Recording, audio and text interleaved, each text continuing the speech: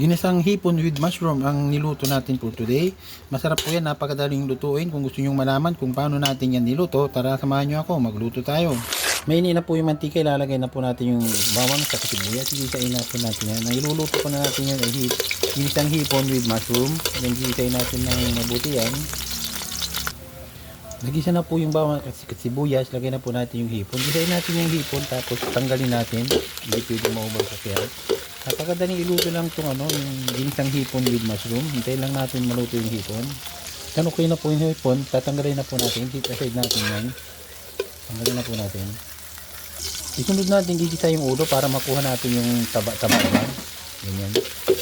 Isa natin yan. Lalabas yung mga taba. Tapos lalagyan natin ng konting tubig para maiwan na dyan. Nagagamit natin dito sa syrup natin maya-maya. Nagisa na po yung ulo ng hipon. Lalagyan natin ng kalahating tasong tubig. Yan. Kukuluan natin yan para lumabas yung mga katas niya, yung mga taba-taba. Yan, luto na po yung yung ulo, kasi yan, lumabas na yung kulay niya. Wala tayong inilagay na food coloring dyan, yan. Yun yung katas, yung taba ata ng hipon lang yan. So, tatanggalin natin to para hindi naman na nakakain yan. Nakuha na natin yung gusto natin dyan. Natanggal na natin yung ulo ng hipon. Maglagay tayo ng cream o mushroom. Ito na yung parang ingredients natin na hindi na tayo magtitimpla. Ito lang. Lagay lang na tayo ng konti kasi ito pang 5 tasa ito eh. Konti lang ilalagay natin para hindi siya masyadong malapot. Halu-haluin natin yan hanggang sa lumapot. Hindi natin titigilan.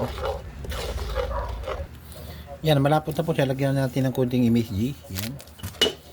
Tapos kung gusto nyo ng paminta, pwede rin. Lagyan natin pampanghang ng konti. Lagyan natin ng pamintang konti. Optional lang to kung ayaw nyo. Pwede. Pag gusto nyo, okay lang. Kasi may lasa na yung cream of mushroom natin eh. Yun na yung parang natin talaga, flavor natin. Kaya yan, masarap na po yan kahit wala pa yung mga So, ilalagay na natin ngayon yung yung hipon na ginisa natin kanina. Yan. Tapos, i-mix natin. Yan. Pagka na-mix na yan, ilalagay na natin siguro yung mushroom. Yan, maglagay tayo ng mga gulay. Kunting gulay-gulay lang. Galing freezer po yan, protein yan. Yan. Lutuin lang natin ng konti yun.